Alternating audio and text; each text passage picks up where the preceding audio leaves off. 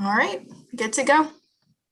All right, good morning, everyone. Thank you for attending this final series of the New Loan Officer Series, hosted and presented by Steve Richmond of Enact. And we thank you all for being part of these series, and I hope that you've all enjoyed it. But I want to give a huge shout out and thank you to Steve Richmond and Kevin Cato for putting this on, for spending the time it took, I'm sure, many hours to put this presentation together. And we really appreciate your support to the FAMP, to our new loan officers, our new loan originators across the state. And we hope to hear more from both of them in the future. So I am going to turn it over to Kevin right now for the introductions. And so Kevin, take it away. Thank you very much, Linda. And thank you for partnering with us and helping us to put this on. We really do appreciate the opportunity. And welcome everyone to the last in our new loan originator series. We're excited that you've made it through with us. We hope that you'll keep Enact in mind when you're quoting mortgage insurance in the future. And if you guys ever have any questions, we're always available to help. So take it away, Steve. Thank you, Kevin. Thank you, Linda. Thank each and every one of you for being on this call today. Here's what's going on. I don't think this call is going to take the full hour, but we are going to open it up at the end for questions. So if you do have questions, and I really don't care what your question's about, we'll answer any questions about anything that there is. I will say that there's a heat wave going on, so I hope you're all cool down there. I hope that you all are going to have a wonderful July 4th weekend. I am looking at the screen right now, and it says, hey, we're giving this presentation in June 2021. First off, I still can't believe it's 2021. And second off, tomorrow it's not June anymore. So boom, think about how that all happens. This is being recorded. You can ask questions. We'll send out a copy of the presentation. And this is the last one in the series of 4. Let's get into it. So you're sitting here saying we've already hit this each time we've done it, that Enact is now what Genworth MI used to be. So that's where we are. But here's the first thing I want you to do. I want you to believe, really, in your heart of hearts, you are not a loan officer, a loan originator, a loan consultant. That's not what you are. In reality, what you're doing is you're an investigative reporter. You're trying to find out all the information, and then you're going to tell that story to the underwriter.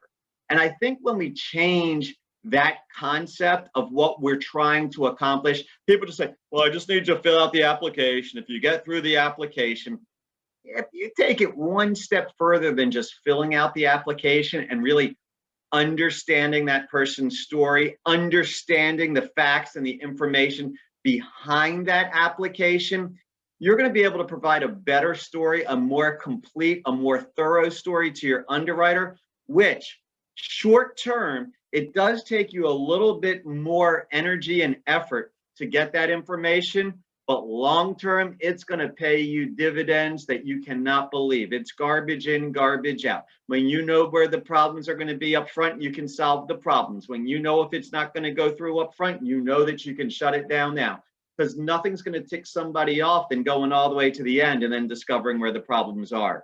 So I do know a lot of people, they're like, well, we don't really want to talk about that. Let's pretend that that didn't happen. Let's pretend we don't know that. I'm not a big believer in that, okay? What we're trying to do is do what's right for the customer. And we know that the reason that these guidelines are created, we know the things that we're looking at.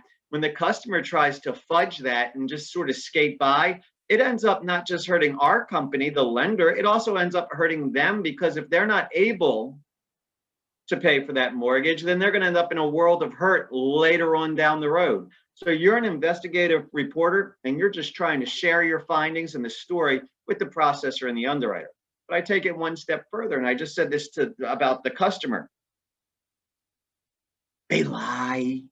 No, that's too strong a word. I don't want to say that they lie. I'm saying they don't understand what the entire truth is. So sometimes they'll skirt the edges. Sometimes they're not totally forthcoming. Sometimes they don't know what the definition is.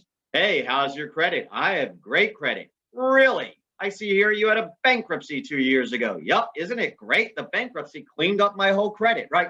So it's not necessarily a lie. It might be that they just don't understand what's going on. So I have in my past, and I say this all the time, look, here's what's going to happen. The better we make your application today, the smoother it's going to sail forth. It's going to be easier for everybody.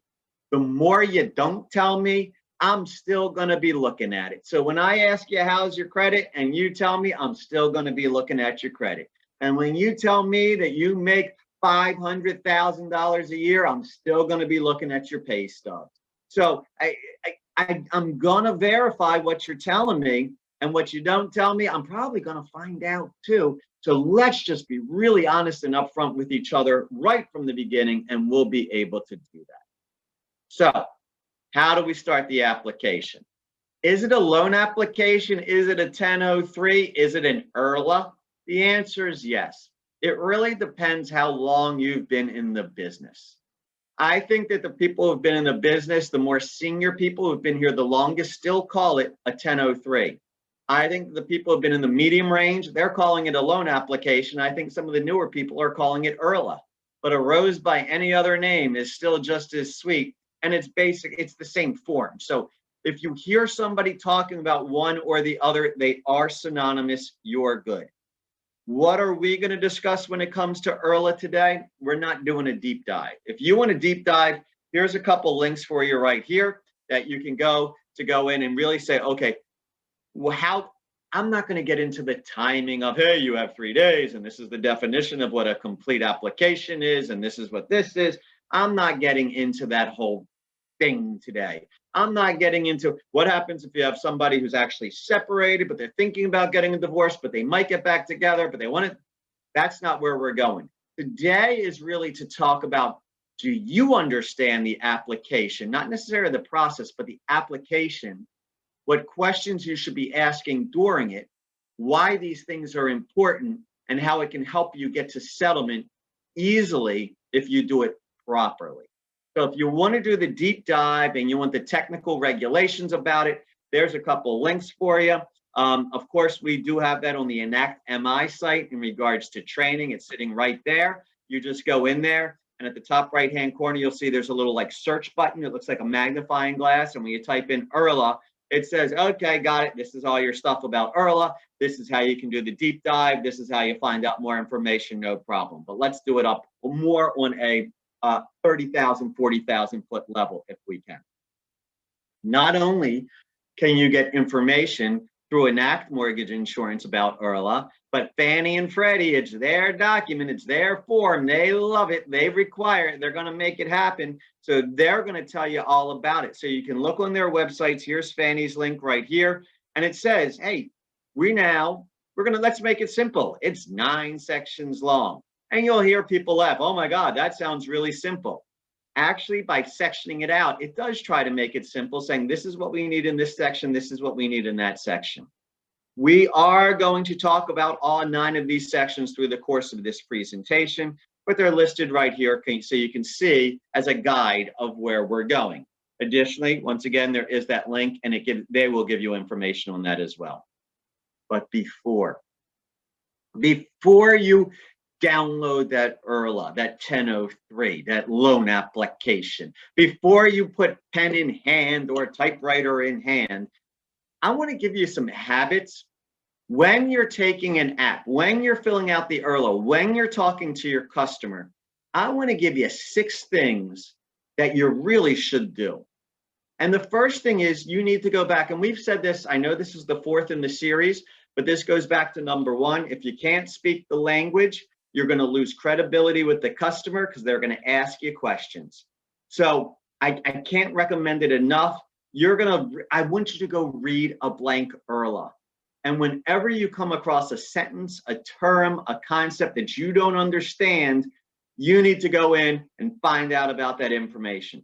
Because it's going to happen at some point that some customer is going to say, I don't know, is this what a PUD is? And you go, I'm not really sure what a PUD is. And then you're going to have trouble, because if you don't know what a PUD is and your customer doesn't know what a PUD is, then all of a sudden we're in trouble, okay? So we want to make sure that we know the language, the the terms that are used through the application, and we can talk them through with our customer. Number two, take notes. And I know we want to walk them through the process. And I know we like to tell them, just fill this out. Take notes.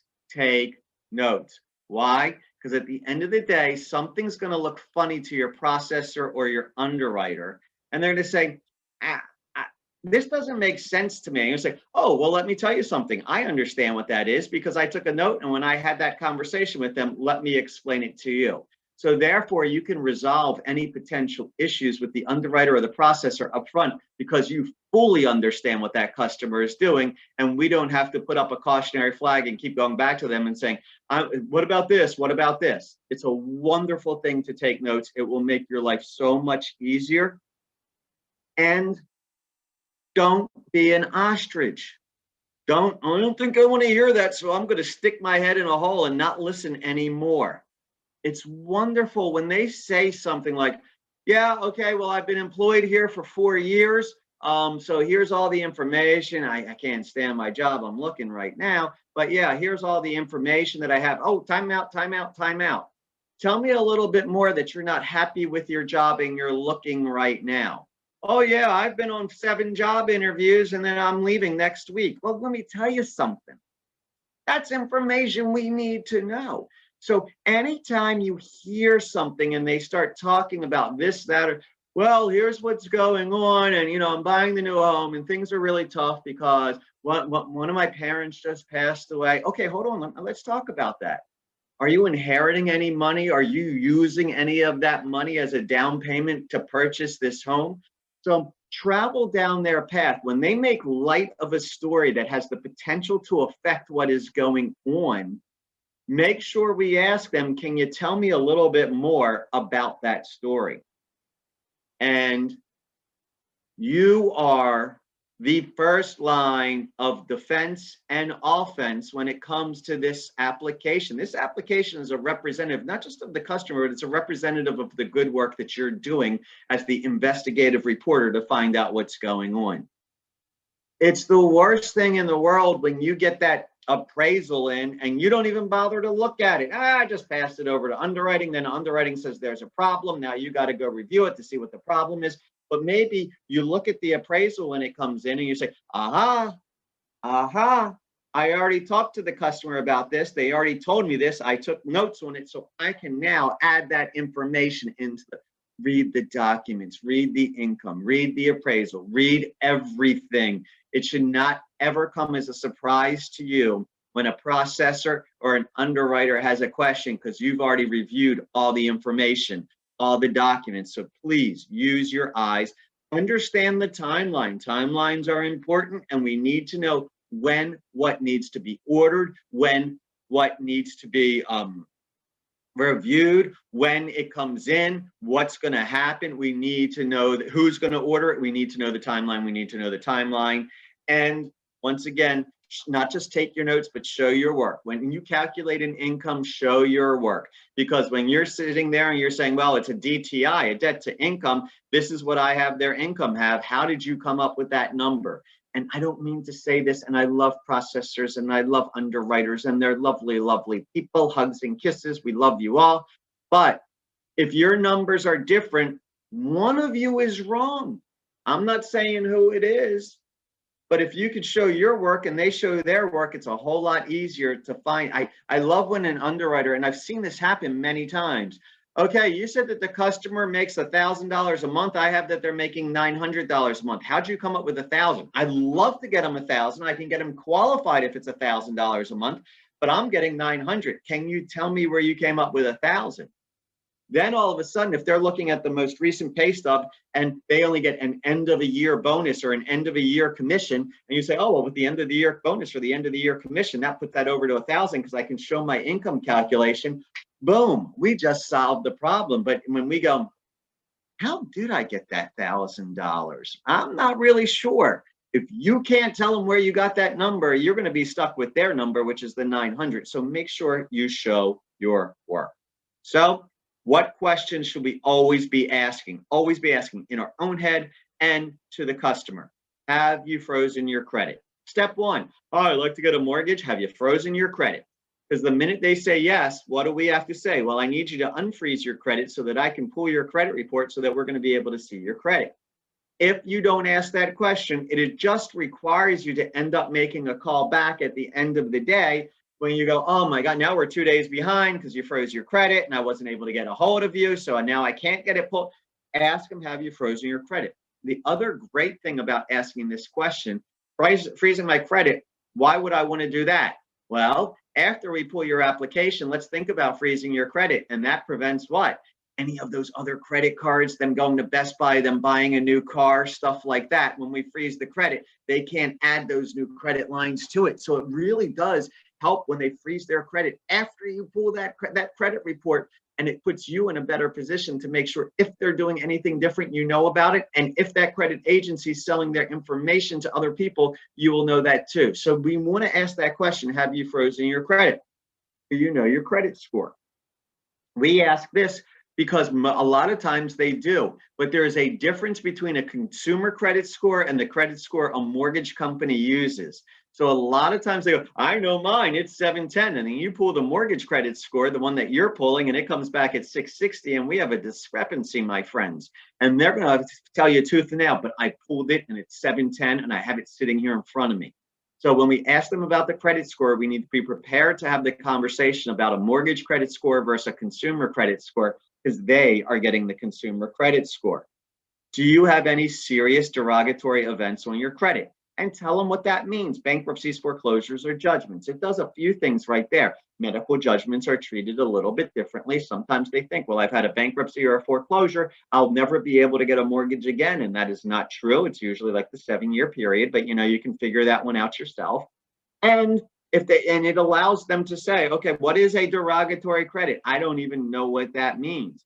The other nice thing about asking this is you might come back and you might find 42 judgments on their credit report. It's happened. I've had it happen to me. And I come back, I say, hey, you said there's nothing derogatory on your credit. Instead of saying you lied to me, I say, you said you had great credit.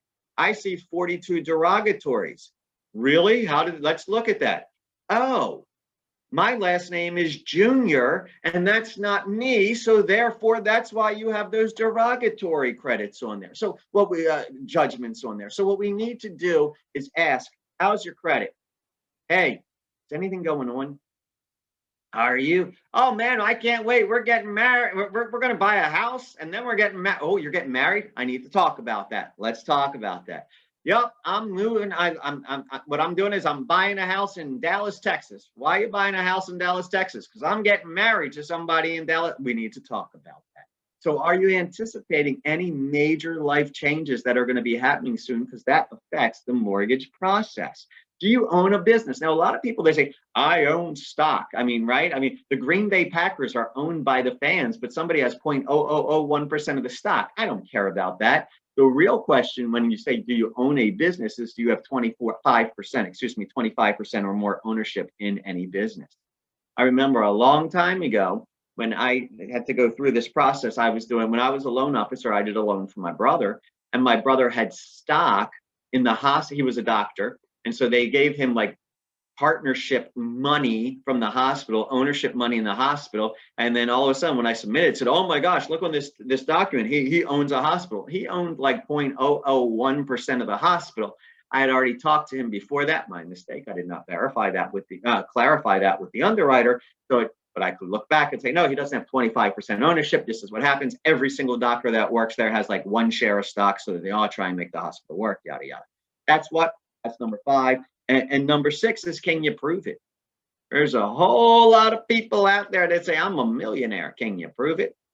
Hey, don't worry. I'll have that money available at that time. That's great that you're going to have the money available at the time, but are you going to be able to document where it came from?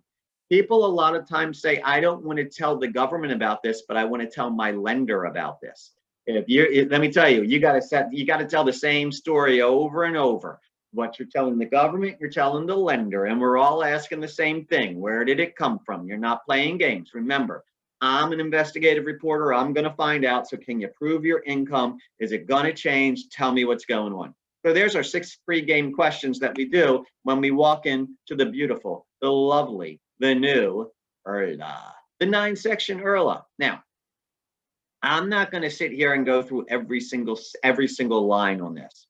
What I'd like to do, with your permission, is show you where I think mistakes are being made, and therefore this is where you got to pay just a little bit more attention to make sure you don't make the mistake. Alternate names. When I lived in Baltimore, Maryland, I went by the name Steven. Now that I have moved down to North Carolina, I'm Steve.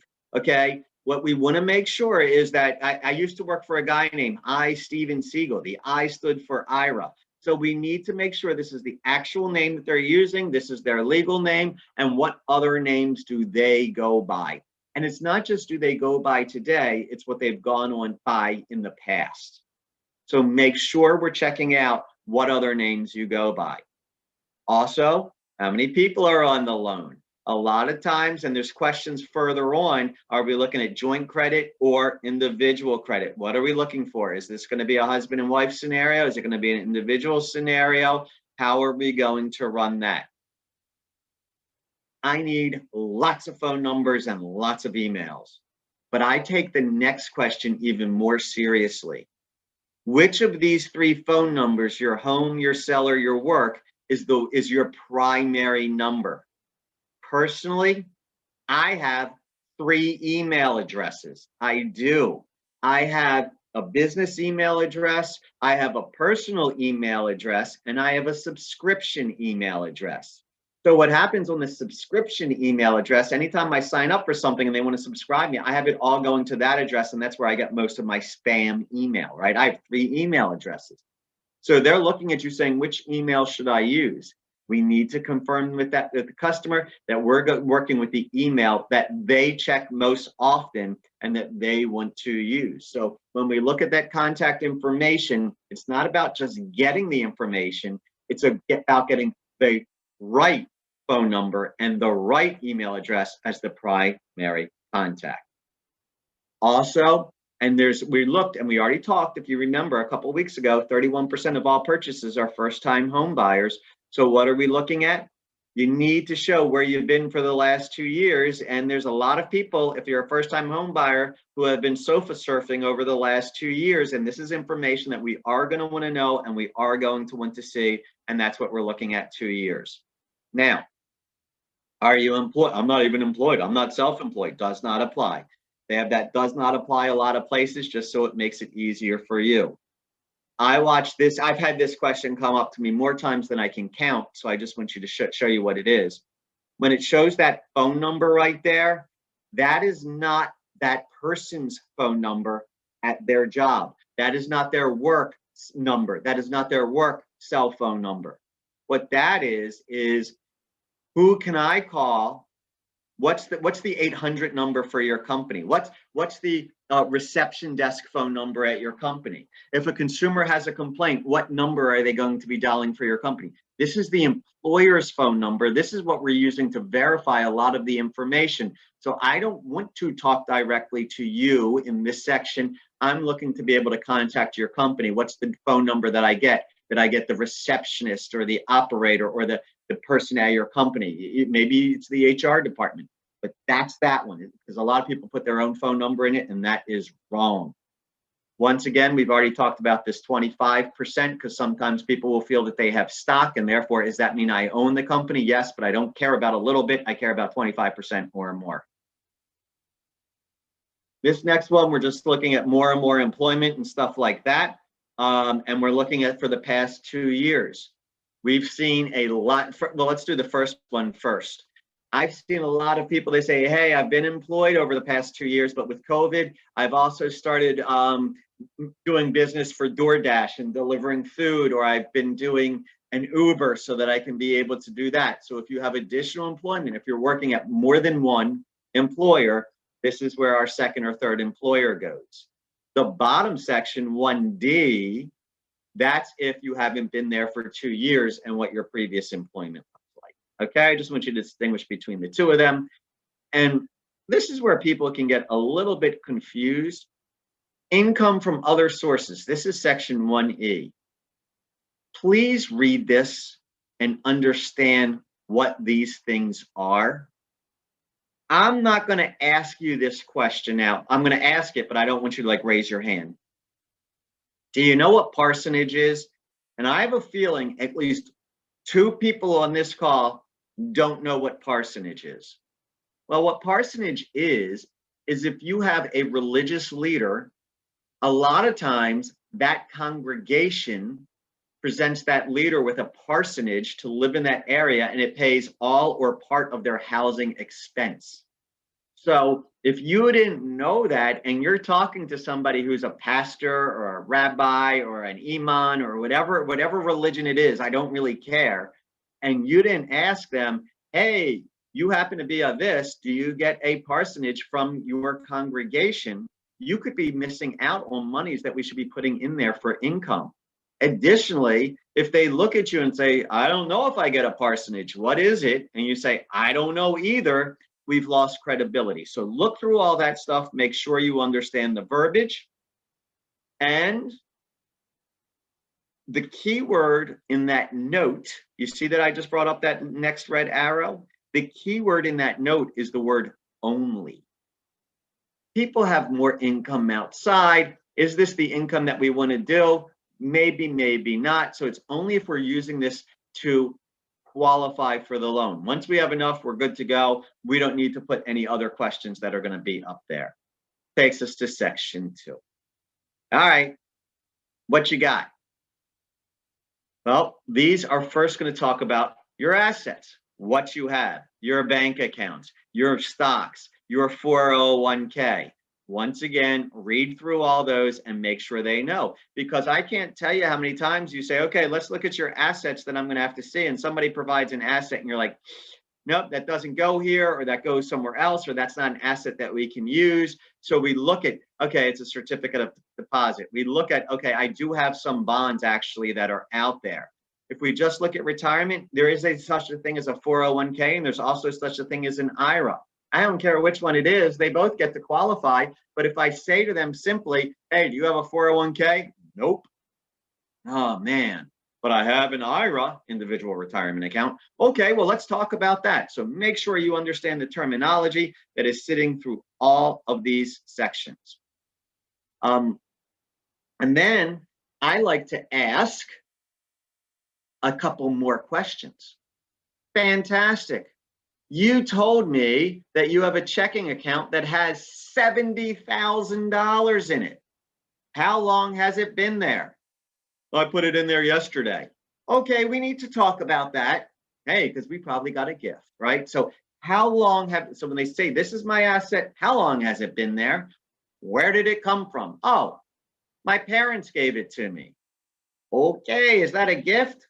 Or are you going to have to pay it back? Well, they want me to pay it back, but I don't have to. Is there anything in writing, right? So when we ask these questions, how long has it been there? Where did it come from? Is it a gift? Oh, yeah, it's totally a gift. Totally a gift. No problem. Okay, are you willing to get a gift letter from your parents? Nope, can't document it. They're not going to let me document it because they don't want anybody to know that it's a gift because they're requiring me to pay it back. What we've just done is we have to ask these 4 questions. Hey, how long has it been there? Where did you get it? Is it a gift? And can we document what's going on? Once you do that, you're good to go. And then we go to what? Liabilities. The nice part about the liabilities is we typically don't have to do that anymore. When I was doing loans in 1996, we had to look at the credit report and then we'd have to type that stuff in there and put it in the file. Boy, was that a pain. Now it's all integrated, it auto-populates, but go over it with your customer. I can't tell you how many times there's a mistake on it. I can't tell you how many times it's something that's not theirs. So we definitely want to review these liabilities with our customer to make sure that that's right. Now we're going in section 3. It really seems interesting because you think, well, they're buying a house. Well, the first part of section 3 is not about the house that they're buying. It's the house that they already own. Okay, so I know it sounds natural. Hey, I'm buying that house. I'm talking about that house. I'm thinking about that house. I'm excited about that house. The first thing is, I don't care about that house. Let me tell you about any property that you currently own. We're going to get you there later, but let's talk about today. And that's section 3 sitting right there. It also talks a lot about rental payments and leases and things of that nature. Can you show can you document a consistency that these rental payments have come in for a while? Can you show that there's a lease that is there that the party has signed, that they've agreed to make these payments? How are we going to be able to document and show that trail of income that has continued to come in from that rental property? So we need to make sure we ask that question. And there is, and I'll show you this in just a couple of minutes, if they say, well, I have 6 other properties and I'm getting income from all of them, there are other pages that we can fill out for that. They look just like this, just to continue to fill out that information. Now we're looking at, okay, if you're purchasing or refining, let's talk about this property. Let's talk about the property that we're talking about that we're actually lending against. The other property is to show asset and liability. That's other property. This is this property of what we're going to be lending against. People get often confused about manufactured home. So make sure you understand the definition, the way that your company defines manufactured home. And what we are finding, and I'm not saying that you have an answer to this, but check with your company, check with your underwriters, check with, if you need an attorney or an investment banker or something like that, an accountant, accountant's the word I was looking for, what a mixed use property is. So, oh, well, guess what? I'm actually giving a webinar from my house today because it's the time of COVID. So I guess I have a mixed use property. Hold on, stop. That's not necessarily mixed use by that proper definition. So you need to understand, hey, this is an actual business that runs out of that. So we're going to make sure we talk to our company about what they qualify as mixed use. I talked about rental income. Is it going to be rental income for this property? Did you get a gift for this property? We've already hit those things already there. I do say, just look at these declarations. People have a tendency to just not pay attention to this. And they just check, and we're done. Pay attention to it, because the one time someone's going to ask you a question about jointly with the spouse, but I'm tenants by the entirety, or joint tenants. Is there a difference between those things? If you don't know what I'm talking about, that's section 5A(a)(2). How do you hold the title to this property? So there's a difference between, by this document, jointly with your spouse does encompass tenants by the entireties, or joint tenants, or joint spouses. So they might say different things, but if you don't know what tenants by the entireties is, we have to make sure we understand all those definitions as well. We go through there, same kind of concept there. Your finances, once again, are you currently doing? No, no judgments, I'm great. Make sure that they pay attention to this when they're filling it out, because we don't want any mistakes and then we have to go back and correct later.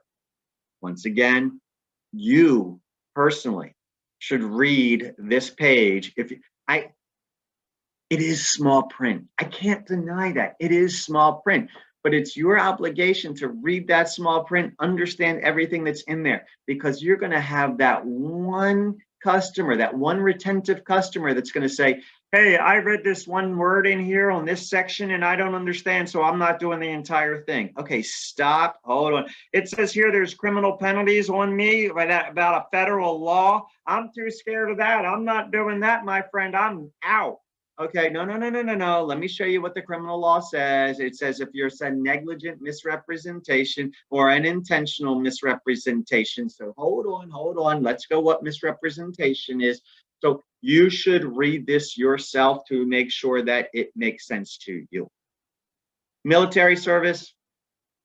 Yes, it is a section. It's an important section. I do find in today's world that the military has been growing. So this is a section that you're probably going to be filling out a little bit more. Demographic information. This is where people, especially today, especially first-time home buyers, they get a little put off by this. I'm sorry, you want to know what? I'm not comfortable providing that information. Well, there are portions that say, I do not wish to provide this information. You can see those little boxes in different areas there. But Know how your company likes to handle that. When somebody says no, what are you supposed to put? Make sure you talk to your company and are comfortable doing it within your company's guidelines and procedures. Also know why this is being asked. The law, I love it in dark print right there in the top third of the page. The law provides that we may not discriminate, but we don't know if we're discriminating unless we know certain facts about you. And that is why we are asking, because we are required to provide certain facts to the government to prove that we are not discriminating based upon these areas that I'm asking you questions about. So make sure you have a good elevator speech. When they say, I don't want to provide that, why do you have to know? You should have that elevator speech. It's for their protection, to make sure that you're not discriminating based upon an illegal reason, and know how your company likes to fill this section out. This one's about you. Section 9. Actually, I think this is a good idea that this is now attached to the mortgage application, because if there's ever problems in the mortgage application, we will always know that it comes back to you. So you're saying, oh yeah, it came back to me. Here's the notes. I know what I'm talking about. We are good to go. Once again, go to nmlsconsumeraccess.org and make sure that all the information that they have contained there about you is correct. Those are our 9 sections. Boom. I'm not going to spend much time here. Here's here, if you have an additional borrower, here's an additional page. You fill that one out. We look at the person says, hey, I'm unmarried. We look at that page, we fill that one out. If we have additional information, additional income, things that we need to tell people about, basically a blank form that says, help me tell the story, help me better understand, complete the application for me. And then we have all this lender loan information. Remember at the very beginning, this is at the first one, this is our 4th one, we said, hey, are you going to service the loan? Are you not going to service the loan? How much do we do? What are we going to do? How much business are we doing? We don't do FHA. Well, then you better not check FHA on this one, right? So this allows you to fill out as a lender what you know about your company, what you know about this loan, and get it done quickly. So look at all of that, but we talked about before back in session 1, 4 weeks ago, and you'll have that to fill out your lender information. Okay, deep breath. Man, Steve, that's a lot of stuff. It is and it's not. It all goes back to, are you an investigative reporter? Do you understand the story? Does the story make sense? And have you documented the story? Once you do that, you're pretty good to go.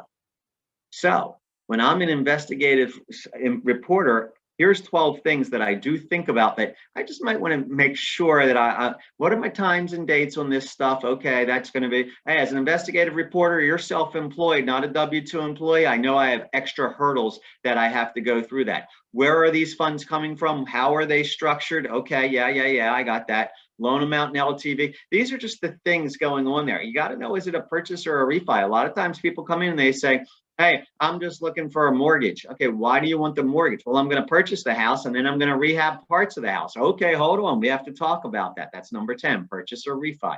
So just 12 things that should always be in the back of your property that you're thinking about saying, okay, this could make something different. When we look at a homeowners association, that's going to change some fees that are out there. So we might want to ask about that. We have to understand the credit report. So there's your 9 sections of IRLA.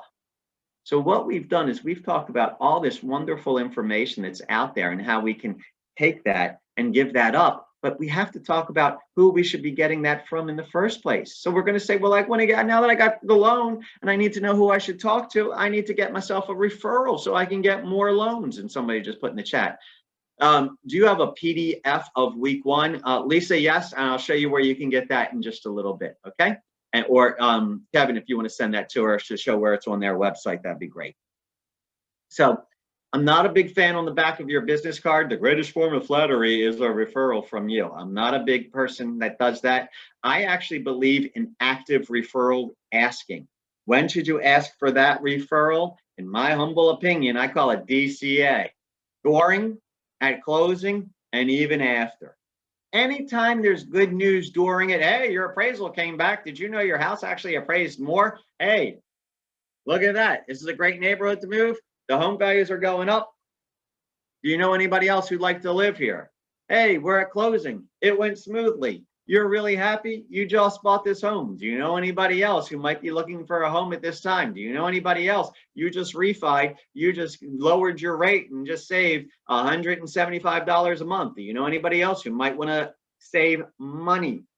And then after, follow up every so often, every 6 months, every year. That's what your CRM is for, is to continue to follow up with that customer, because the average person in the United States of America will own 4 homes within their lifetime. They're going to move every 10 years, and they're going to move within a 15-mile radius. So we want to continue to stay in touch with that customer so we can continue to do business with them.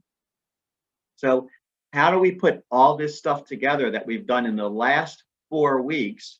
Well, you need a plan.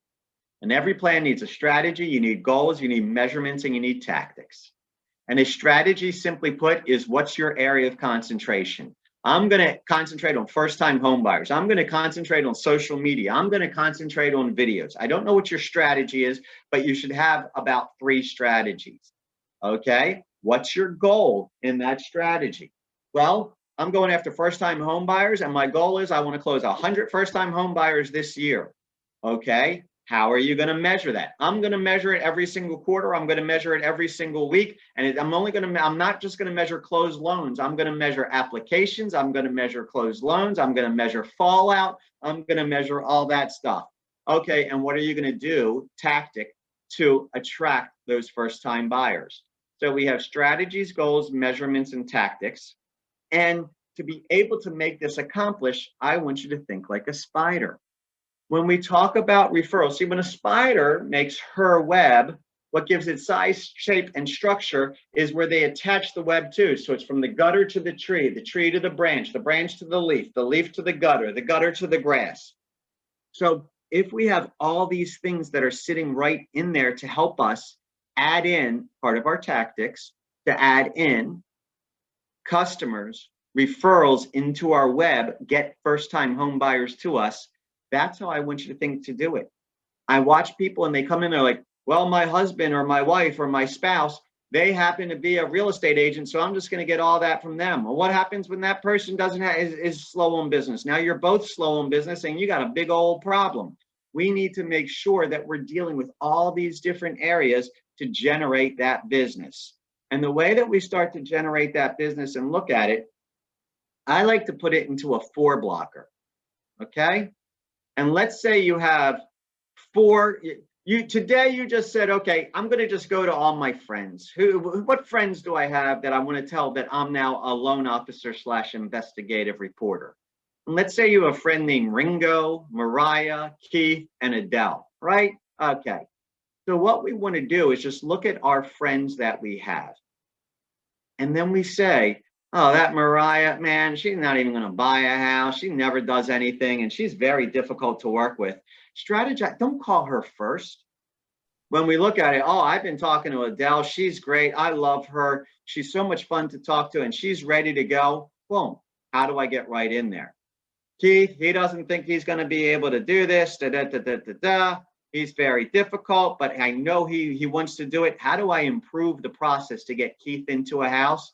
And Ringo says, I don't know. I heard it's good. How do I get him to grow? I don't have enough down payment. How do I grow his financial down payment so I get him over there? This system,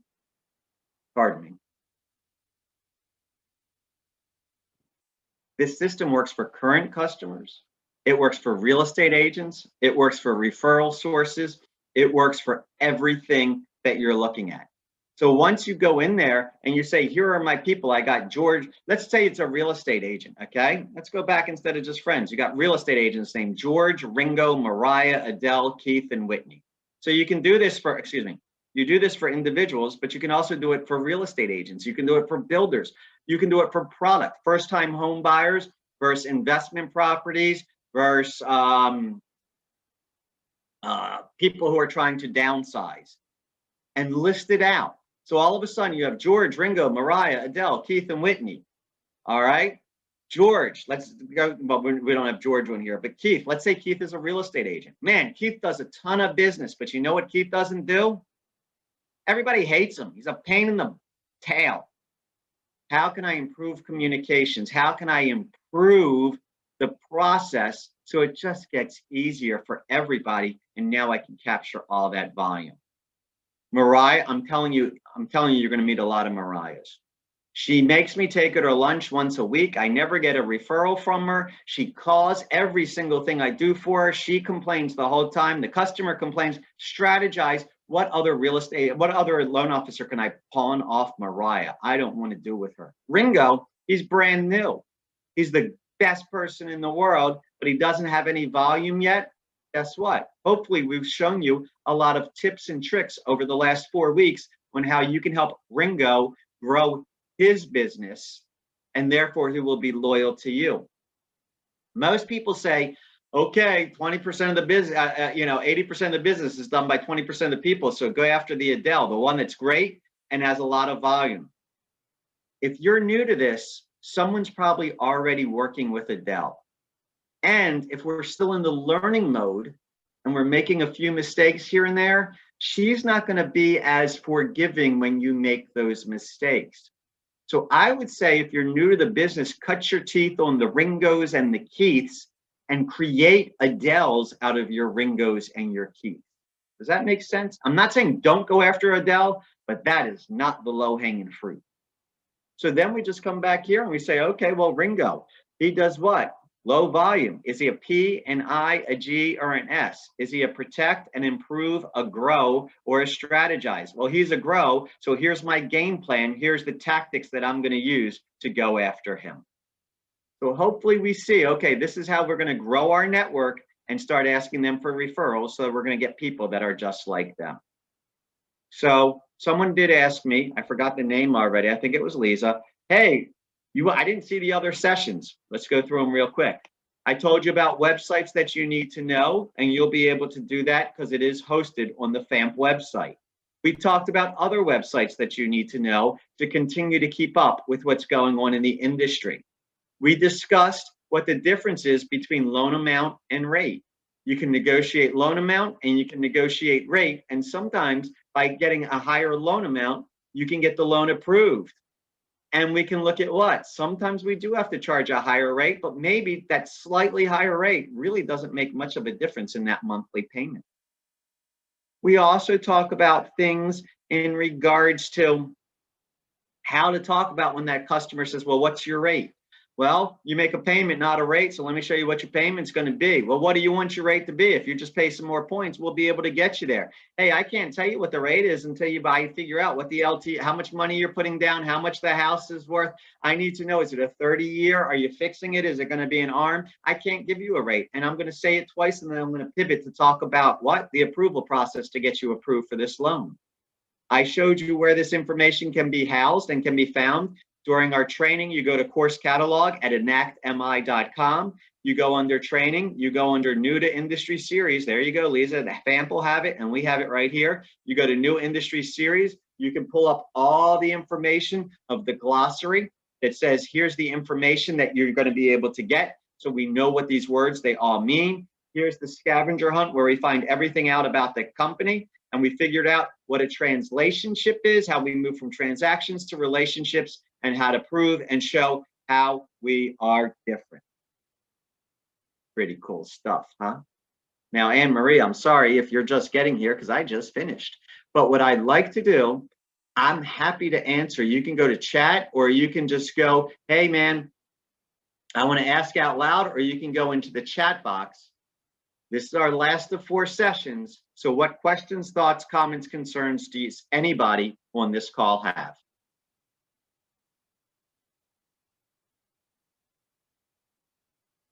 And Dan, I did friend you on Facebook. Thank you very much for asking to be my friend. I'm happy to be yours. I am seeing a whole lot of nothing. When you said validate the liabilities, do you pull credit first? It's actually a 3-step process. Hey, talk to me about what you owe on. Now I'm going to pull your credit, and now I'm going to verify those with you, right? So if I see something on there, there's a lot of times you're like, hey, it says that you're making a monthly payment of $300 on a car. I paid that car off. Oh, Do you have information, proof that you paid the car off? Yes. Now I'm going to include that, and that's going to change it. So I really do that. Validation on the liabilities is a 3-step process. Tell me what your liabilities are up front. I'm going to auto-populate by pulling your credit, and then I'm going to review that with you to make sure that these are truly your liabilities. So Michelle, I hope that that was the answer that makes sense to you. Anything else? Well, what day are you presenting in September in Orlando? That's sort of up in the air right now. There's a possibility that's going to be September 2nd. So we're going to try and figure that one out. So, but I would keep in touch with your FAMP because they're going to be able to know that. So you want to check with them. Private notes or mortgages may not show up on the credit report. So good to ask. Jody, absolutely. That's why we ask that up front, because I'm going to find out about it because I'm going to be pulling a title search. So it's going to come up. I need to know about all that information. Thank you, Jody.